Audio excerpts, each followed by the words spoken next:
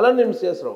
America అధ్యక్షుడిగా Trump బాధ్యతలు స్వీకరించిన తర్వాత అక్కడున్నటువంటి విదేశస్తులకి నిద్రలేని రాత్రులు గడిపేలా నిర్ణయాలు తీసుకుంటూ ఉన్నారు.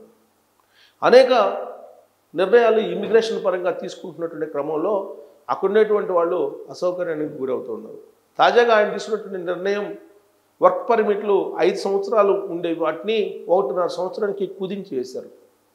ఇది గ్రీన్ కార్డు హోల్డర్స్తో సహా H1B వీసా హోల్డర్స్కి కానీ వీళ్ళందరికీ కూడా ఇబ్బందికరమైనటువంటి పరిస్థితి. 5 సంవత్సరాలు ఉన్నటువంటి వర్క్ పర్మిట్లని 1.5 సంవత్సరానికి కుదిస్తూ ఇమ్మిగ్రేషన్ పాలసీని మార్చేశారు. ఇది తాజాగా ట్రంప్ తీసుకున్నటువంటి మరొక నిర్ణయం. గత 4 రోజుల నుంచి వెట్టింగ్ అనేది వేటాడుతూ ఉంది విదేశస్తుల్ని, అమెరికాలో ఉండేటువంటి విదేశస్తుల్ని. ఏంటి వెట్టింగ్ అని అంటే, సోషల్ మీడియా ఖాతాలని మొత్తాన్ని మీరు ట్రాన్స్పరెంట్గా ఉంచండి, వాటిని ట్రాన్స్పరెంట్గా ఉంచితే కనుక ఆ సోషల్ మీడియా ఖాతాల్లో ఉన్నటువంటి సమాచారం ఏముందో తెలుసుకొని ఒకవేళ కనుక అమెరికా భావజాలానికి వ్యతిరేకంగా ఉంటే వాళ్ళ వీసాలను రద్దు చేయాలనేటువంటి ఉద్దేశంతో ఇప్పుడు స్క్రూటినీ చేస్తూ ఉన్నారు. కొన్ని లక్షల మందికి సంబంధించినటువంటి వీసాలను రద్దు చేసేదానికి ఈ వెట్టింగ్ అనేటువంటి ప్రక్రియను ఉపయోగించుకుంటూ ఉంది అమెరికా. దీనికి కారణం ఏంటంటే, నేషనల్ గార్డ్స్ మీద 4 రోజుల క్రితం వైట్ హౌస్లో దాడి జరిగింది. ఆ దాడి జరిగిన తర్వాత ఈ సోషల్ వెట్టింగ్ అనే దాని మీద కాన్సన్ట్రేషన్ చేసింది అమెరికా. ఇప్పటికే యూనివర్సిటీలో ఉండేటువంటి విద్యార్థుల సోషల్ అకౌంట్స్ మీద నిఘా పెట్టింది. వీసాలు జారీ చేసేటప్పుడు ఖచ్చితంగా సోషల్ మీడియా అకౌంట్లని ట్రాన్స్పరెంట్గా ఉంచాలి, లాగిన్స్కి అనుకూలంగా ఉంచాలి, పబ్లిక్ చేయాలి, ప్రైవేట్లో ఉంచకూడదు, ప్రైవసీలో ఉంచకూడదు అని చెప్పి చాలా క్లియర్గా చెప్పేసింది అమెరికా. సపోజ్ మీరు వీసా ఇంటర్వ్యూకి వెళ్తే, మీరు వీసా ఇంటర్వ్యూకి వెళ్ళేటప్పుడు మీకున్నటువంటి మొత్తం సోషల్ మీడియా అకౌంట్లు, అది ఫేస్బుక్ కావచ్చు, లింక్డ్ఇన్ కావచ్చు, ఇన్స్టా కావచ్చు, టెలిగ్రామ్ కావచ్చు, ఇంకేదైనా కావచ్చు, ఖచ్చితంగా అన్ని అకౌంట్స్కి సంబంధించినటువంటి లాగిన్స్ని వాళ్ళకి ఇచ్చేసేయాలి, వాటిని పబ్లిక్ చేయాలి, ట్రాన్స్పరెంట్గా ఉంచాలి. వాటిని పరిశీలించిన తర్వాత మాత్రమే అమెరికా వీసా ఇంటర్వ్యూకి అటెండ్ కావాల్సి వస్తుంది. ఇది అమెరికన్ కాన్సులేట్ అన్నిటికీ వచ్చినటువంటి ఆదేశాలు అమెరికా ప్రభుత్వం నుంచి. దీని అందరికీ కారణం ఏంటంటే, అమెరికాలో దాడులు పెరిగిపోతున్నాయి. గతంలో జో బైడెన్ తీసుకున్నటువంటి కొన్ని నిర్ణయాల కారణంగా విదేశస్తులు అక్కడికి వస్తున్నారు. వాళ్ళలో అనేక మంది నేరస్తులు ఉన్నారు. అక్కడ ఉండేటువంటి సామాజిక పరిస్థితులను అర్థం చేసుకోలేనటువంటి సిచ్యువేషన్లో చాలామంది ఉన్నారు. ప్రతిగా చాలామంది అక్కడ నేరాలకు పాల్పడుతున్నారు. ఇలాంటి సిచ్యువేషన్ని బరాయించలేదు అమెరికా అనేటువంటి ఉద్దేశంతో ట్రంప్ ఇప్పుడు ఇల్లీగల్ ఇమ్మిగ్రెంట్స్ వాళ్ళని వేటాడుతూనే ఇంకోవైపు అమెరికాలోకి అడుగుపెట్టేటువంటి వాళ్ళ మీద స్క్రూటినీ మరింతగా పెంచారు. దాంట్లో భాగంగానే సోషల్ వెట్టింగ్ అనే దాన్ని ఇప్పుడు ఇంప్లిమెంట్ చేశారు. సోషల్ వెట్టింగ్ అనే దాన్ని ఇంప్లిమెంట్ చేస్తూ అనేక మంది ఇప్పుడు అక్కడ ఉండేటువంటి వాళ్ళను కూడా ఇంటికి పంపించుకునే కార్యక్రమానికి శ్రీకారం చుట్టారు. H4 వీసాదారులు కానీ, B1 కానీ, B2 కానీ, గ్రీన్ కార్డ్ హోల్డర్స్ కానీ ఎవరైనా సరే, విదేశస్తులు ఎవరైనా సరే అమెరికాలో ఉండేటువంటి వాళ్ళు సోషల్ మీడియా అకౌంట్స్ని ట్రాన్స్పరెన్సీగా ఉంచాలి అనేటువంటి ఒక నిబంధన తీసుకొచ్చారు. దానికి కారణం ఇటీవల కాలంలో అమెరికాలో చోటు చేసుకున్నటువంటి అనేకమైనటువంటి పరిణామాలు. స్టూడెంట్స్ని అక్కడికి తీసుకెళ్లాలంటే సోషల్ వెట్టింగ్ అనేది చాలా ఇంపార్టెంట్. ప్రస్తుతం యూనివర్సిటీలో ఉన్నటువంటి స్టూడెంట్స్ యొక్క సోషల్ మీడియా అకౌంట్స్ని కూడా సెర్చ్ చేస్తూ ఉన్నారు. అనేక మంది పాలస్తీనియన్లకు సపోర్ట్గా ఉన్నారు అనేటువంటి ఉద్దేశంతో యూనివర్సిటీల నుంచి వెనక్కి పంపిస్తూ ఉన్నారు. అక్కడ ఇజ్రాయెల్ పాలస్తీనియన్కి యుద్ధం జరుగుతున్నటువంటి క్రమంలో పాలస్తీనియన్లకు సపోర్ట్ చేసేటువంటి విద్యార్థుల్ని వెనక్కి పంపిస్తున్నారు. స్టూడెంట్స్ వీసాలను రద్దు చేస్తూ ఉన్నారు. సోషల్ వెట్టింగ్ అనేది చాలా ప్రమాదకరం. ఎందుకనంటే అది మనం ఆర్టిఫిషియల్ ఇంటెలిజెన్స్ ప్రస్తుతం అందుబాటులోకి వచ్చిన తర్వాత మనం గ్రోక్ను వాడుతున్నాం, జెమినీని వాడుతున్నాం, తర్వాత ChatGPTని వాడుతున్నాం. అనేక రకాల ఆర్టిఫిషియల్ ఇంటెలిజెన్స్ అకౌంట్స్ వచ్చిన తర్వాత, ఆర్టిఫిషియల్ ఇంటెలిజెన్స్ వెసులుబాటు వచ్చిన తర్వాత దానికి సంబంధించినటువంటి సమాచారాన్ని కానీ లేదంటే ఆ ప్రైవేటుకు సంబంధించినటువంటి మనోభావాల్ని మనం అక్కడ మెన్షన్ చేయటం కానీ వాటికి రిప్లై తీసుకోవడం కానీ ఇవన్నీ జరుగుతూ ఉన్నాయి. ఒకసారి సోషల్ వెట్టింగ్ చేశారు అని అంటే అసలు మనమేంటి, మన మనోభావాలు ఏంటి, మన ఆలోచనలు ఏంటి, మనం ఏ దిశగా ఆలోచిస్తున్నాం, ఇవన్నీ కూడా ఖచ్చితంగా తెలిసేటువంటి అవకాశం ఉంది. అందుకే ఆర్టిఫిషియల్ ఇంటెలిజెన్స్ను ఉపయోగించి సోషల్ వెట్టింగ్ చర్చ జరుగుతూ ఉంది.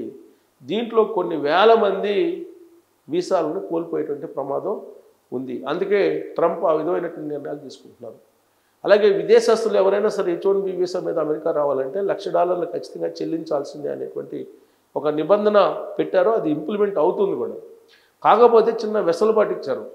అమెరికా యూనివర్సిటీలో చదివి అక్కడ నుంచి H1B వీసాలకు అప్లై చేసుకునేటువంటి వాళ్ళకి మాత్రం ఈ $1,00,000 నుంచి మినహాయింపు ఇచ్చారు.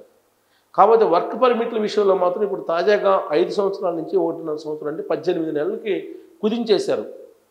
అంతకుముందు 5 సంవత్సరాలు అంటే 60 నెలలు ఉండేది, దాన్ని కాస్త 18 నెలలకి కుదించేశారు. ఇది అక్కడ వర్క్ చేసుకునేటువంటి వాళ్ళకి, వర్క్ పర్మిట్ ఉన్నటువంటి వాళ్ళకి చాలా ఇబ్బందికరమైనటువంటి సిచ్యువేషన్. మరి ట్రంప్ ఇలా ఎందుకు చేస్తున్నారు అని అంటే ఆయన 2024 ఎన్నికలకు ముందు ఎన్నికల్లో తీసుకున్నటువంటి నినాదమే అది. America first, great America, make again అనేటువంటి నినాదాన్ని వినిపించారు. గతంలో ఫస్ట్ టైం ఆయన అమెరికా అధ్యక్షుడు అయినప్పుడు కూడా ఇల్లీగల్ ఇమ్మిగ్రెంట్స్ మీద చాలా చర్యలు కఠినంగా తీసుకున్నారు. ఈసారి ఎన్నికల క్యాంపెయిన్లోనే చెప్పారు, ఆ మేరకే ఇప్పుడు చేస్తూ ఉన్నారు. పైగా అమెరికా కంపెనీలు విదేశాల్లో పెట్టుబడులు పెట్టకూడదు, అమెరికాలోనే పెట్టండి, అమెరికాలోనే ఉద్యోగాలు క్రియేట్ చేయండి, అమెరికన్స్కే ఉద్యోగాలు ఇవ్వండి అనేటువంటి కాన్సెప్ట్ తోటి ఆయన వెళ్తూ ఉన్నారు. అమెరికా ఫస్ట్ అనేటువంటి కాన్సెప్ట్ తోటి ఎలన్ మస్క్ లాంటి వాళ్ళని విదేశాల్లో పెట్టుబడులు పెట్టద్దు, టెస్లా లాంటి కంపెనీలో భారతదేశానికి తీసుకెళ్ళొద్దు, అది ఇక్కడే ఎక్స్పాండ్ చేయండి అని చెప్పి చెప్తున్నారు. ఇలాంటి సిచ్యువేషను అక్కడ ఉంది. కాకపోతే కార్పొరేట్ కంపెనీలు అన్నీ కూడా ఇప్పుడు ఇబ్బంది పడుతున్నాయి. పైగా ఇంకోటి ఏంటంటే ఇప్పుడు భారతదేశం మీద 50% ట్యాక్సులు విధించారు. సర్వీస్ సెక్టార్ మీద కూడా ట్యాక్సులు వేస్తే అమెరికాలో ఈ నిర్ణయం కనుక తీసుకుంటే భారతదేశం మీద ఒక పెద్ద ఆటం బాంబు పడినట్టు అవుతుంది. ఎందుకంటే సర్వీస్ సెక్టార్ అనేది బడ్జెట్లో సింహభాగంలో ఉంది భారతదేశానికి. ఆ సర్వీస్ సెక్టార్ మీద కనుక ఇంపోర్ట్ డ్యూటీస్ కనుక వేస్తే, సర్వీస్ సెక్టార్ అంటే సర్వీస్, ఇక్కడ ఐటీ ప్రాజెక్ట్స్ మీద, దిగుమతుల మీద, ఐటీ ఎక్స్పోర్ట్స్ మీద కనుక ఆయన దిగుమతి సుంకాలు కనుక వేస్తే అది డిజాస్టర్, భారతదేశం డిజాస్టర్ స్టేజ్లోకి వెళ్ళిపోయేటువంటి అవకాశం ఉంది. మరి ఇప్పుడు పుతిన్ పర్యటిస్తున్నారు భారతదేశంలో. రష్యాకి భారతదేశానికి మధ్య కుదిరేటువంటి సంబంధాలు, వాణిజ్య సంబంధాలు కానీ లేదా రక్షణపరమైన సంబంధాలు కానీ, ఈ ఒప్పందాలని ఒకసారి బేరీజ్ వేసుకున్న తర్వాత ట్రంప్ ఇంకొకసారి ఖచ్చితంగా భారతదేశం మీద వేటు వేయక తప్పదు, వేటు వేసిన అవకాశం ఉంది అనేది దౌత్యవేత్తలు కొంతమంది అభిప్రాయపడుతున్నారు. లాస్ట్ బాంబ్ ఏంటి భారతదేశం మీద అంటే సాఫ్ట్వేర్ ఎగుమతులు. వాటి మీద కనుక దిగుమతి సుంకాలు కనుక వేస్తే భారతదేశంలో ఉండేటువంటి మొత్తం ఐటీ రంగం కుప్పగూలేటువంటి అవకాశం ఉంది. ట్రంప్ యొక్క ఆలోచన కూడా అదే. ఇప్పటికే ఆయన కొన్ని లీక్స్ ఇచ్చారు. యాక్చువల్గా భారతదేశానికి అమెరికాకి మధ్య ఈ ట్యాక్సెస్కి సంబంధించిన నెగోషియేషన్స్ జరుగుతున్నటువంటి తరుణంలోనే పుతిన్ పర్యటన భారతదేశంలో జరుగుతుంది. ఇది ఏమాత్రం ట్రంప్కి నచ్చట్లేదు. దీని పర్యవసానం ఏ విధంగా ఉండబోతుంది అనేది అందరూ కూడా ఆందోళనకరంగా ఎదురు చూస్తూ ఉన్నారు. ఎందుకంటే అమెరికా అధ్యక్షుడు ట్రంప్ ఎప్పుడు ఏ నిర్ణయం తీసుకుంటారో ఎవరికి అంతుపట్టదు. కాకపోతే ఇప్పుడు వర్క్ పర్మిట్ల విషయంలో మాత్రం వేటు వేశారు. దీంతో అమెరికాలో ఉండేటువంటి విదేశీ వర్కర్స్ ఎవరైతే ఉన్నారో వాళ్ళకి మాత్రం ఇది గడ్డు పరిస్థితే. వాళ్ళకి ఒక రకంగా చెప్పాలంటే ఒక పెద్ద బ్యాడ్ న్యూస్ అని చెప్పి చెప్పచ్చు. మరి రాబోయేటువంటి రోజుల్లో ట్రంప్ ఈ సోషల్ వెట్టింగ్ అనే దాన్ని మరింత పగడ్బందీగా కనుక అమలు చేస్తే, ఇప్పుడు మనకు అమెరికా నుంచి మన వాళ్ళు అనేక వీడియోలు చేస్తున్నారు, ఇక్కడ ఉన్నటువంటి పొలిటికల్ పార్టీస్ని విమర్శిస్తున్నారు, ఇక్కడ ఉన్నటువంటి పొలిటికల్ లీడర్స్ని వ్యక్తిత్వ హననం చేస్తున్నారు.